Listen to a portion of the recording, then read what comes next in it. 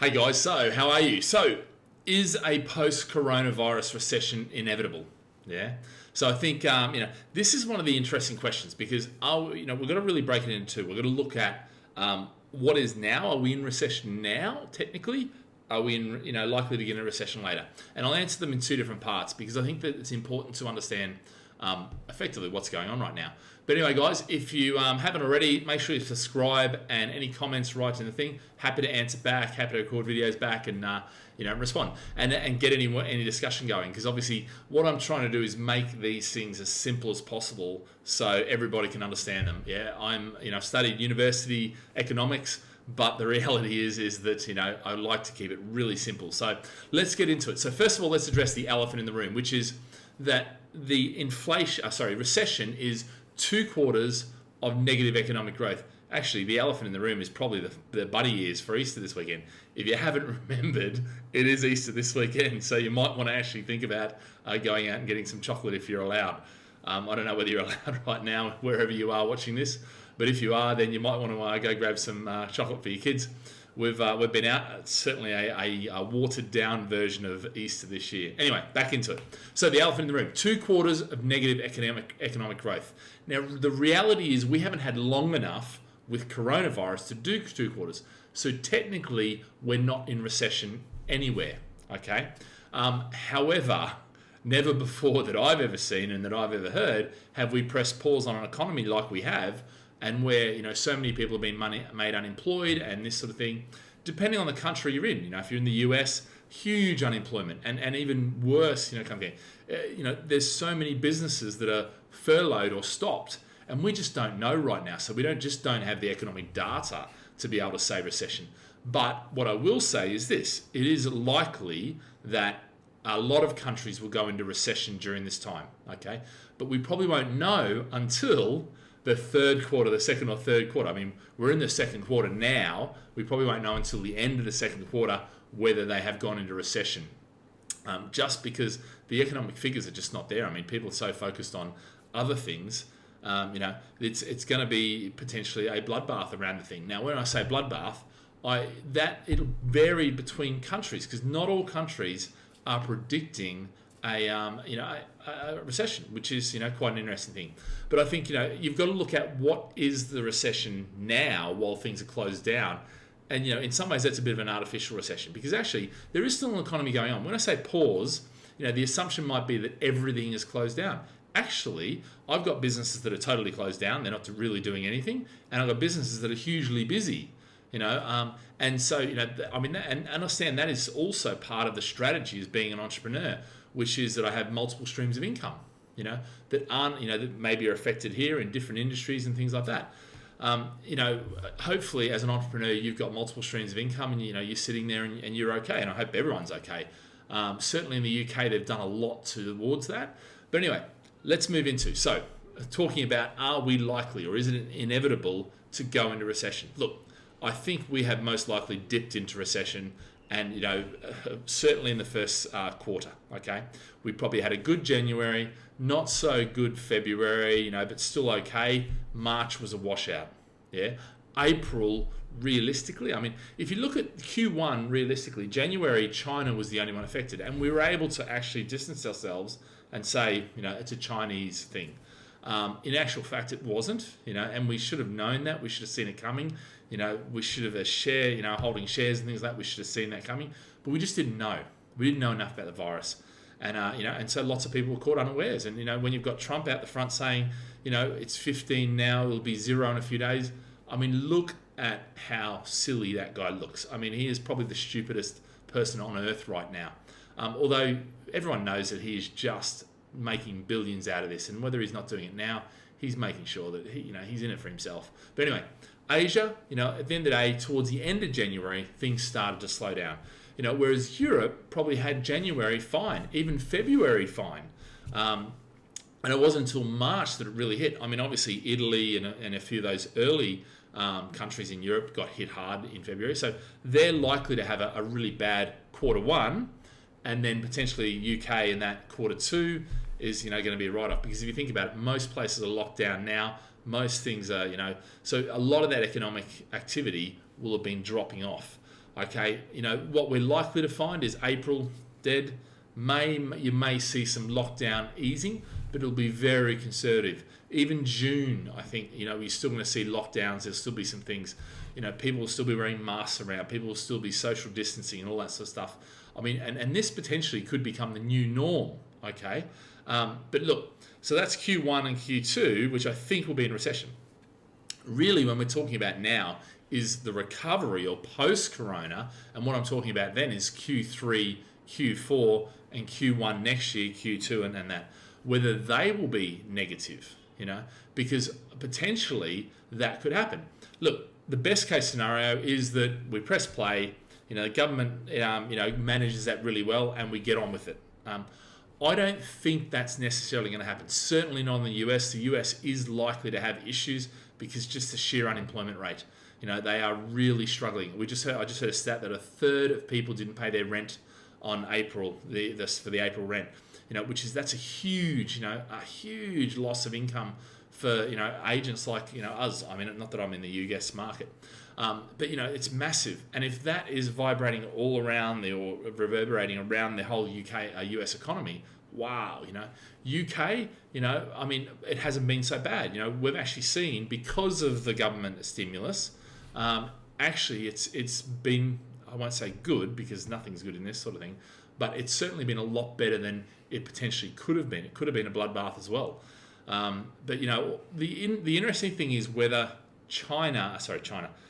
whether the US, okay, I know I'm getting confused about these communist countries, China and the US. I mean, the US isn't communist, but the reality is they're treating their people as if, the stereotype we might have for China, which is appalling. But anyway, the bottom line is what's going on in the US is just, they're going to take some time, and potentially they normally, would say they coughed, the world got a cold.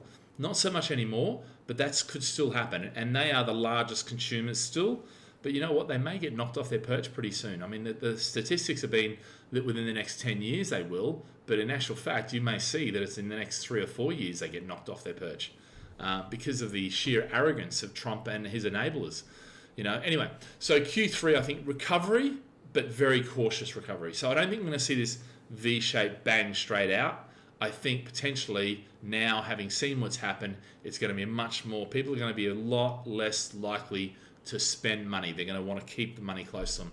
And then, Q4, I think what will either happen is we're in a recession and we'll know by then what's happened, and then we're, scrambling, or, we're in recovery mode, but it'll still be returning to the new norm. And I think the new norm is what we're going to have, yeah? So businesses not traveling as much, businesses using virtual online meetings and things like that, which isn't good for the transport industry, holiday industry, any of those sort of things, and Q1 next year is going to be an interesting one, because actually I think what we'll start to see by then are opening up, but potentially you could at some point over that period have a second wave. If they don't find the vaccine, and they're not likely to have the vaccine by Q1 next year, we're talking potentially Q3, Q4 2021, then potentially we're going to get a second wave. And when that second wave hits, we'll probably be more prepared, I think, this time. I hope. You just never know, do you? But look, factors to watch out for. And I think this is what's going to determine it. Realistically, lockdown restrictions, length. The longer they go on, the more chance of a recession, because things are just going to slow down and grind to a halt, and people are just going to give up and not have the cash reserves to survive. And so, they're just going to need more assistance and more support. And the governments may just go, enough, we're prepared to do this much, but not this much. We'll see. But also the stimulus withdrawal. So when it becomes time to go, right, we need to press play again, how do governments handle that withdrawal of the stimulus? Have we become dependent upon it? And really, we were floating people that, perhaps shouldn't have been floated, or businesses that shouldn't have been floated. That will come to potential roost when we go to reignite the economy. Then also, the big thing I think really is the unemployment levels, and whether entrepreneurs who maybe have furloughed staff have to get rid of staff. And if that happens, then we have rising unemployment, then we have all the negative aspects of that and potentially there. So, are we likely to get it? Look, nothing is certain in this respect. You just don't know.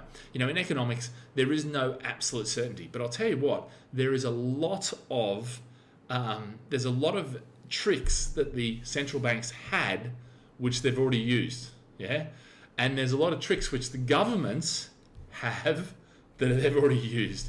So their bag of tricks is fast running out. But that's not to say that, there's not some innovative things. The very fact that they have given money direct to individuals and direct to small businesses has been a massive, you can't understate the impact of that.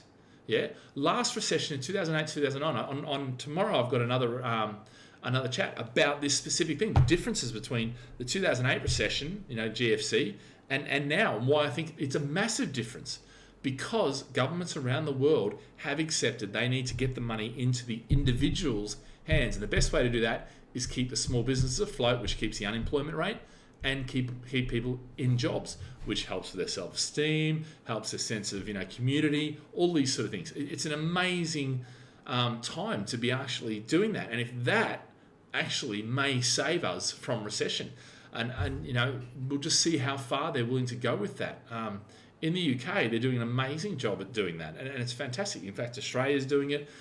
Scandinavia is actually they've fared pretty well. Even Sweden. I was reading about Sweden the other night, and they haven't locked down. It is a big social experiment, but they've actually kept it relatively under control. There is good positive cases of how to deal with coronavirus, and as much as Trump had a go at Sweden and said, oh no, it's not working, actually it is. Reading about it, it is working. So look, the reality is recession is not a certainty. Yeah, post-corona recession is not a certainty. We just don't know. It's uncharted territory. I think we will go into recession. Lots of people will go into recession. Lots of countries will go into recession. But that doesn't necessarily mean that they're going to have the recession coming out of it. But I have to say, if one country is going to go into recession and is more likely, that would be America in a massive way, just because their response has been absolutely pathetic. At every level, it's appalling what they've done to their people. It really is a 1984 Hunger Games scenario over there. And chatting to some of my mates over there, just the things that are going on is just appalling. The fact that they can't get the loan money, they can't get that, then they're just knocking people off. They're just putting them onto unemployment, and that's not good. That's not good for an economy, because that takes a long time to pick up that slack and get it back to growth. But yeah, anyway, I've said enough about that. So recession, I'm still, I'm not saying 100% foregone conclusion. I think certainly we will see some recession figures coming out, but it doesn't mean that's prolonged recession. I think that's the important point. We are likely to be in recession now and the next quarter, but I think, to be fair, after that, it depends on how well we as business owners and entrepreneurs, and how well you and as employees and all those sort of things, and and how the government, how we all respond to this. And I think if we all really focus in on getting into recovery, I think potentially we can stave off a recession scenario. So yeah. All right, guys, have a great Easter. If obviously nobody's going away, in your own home.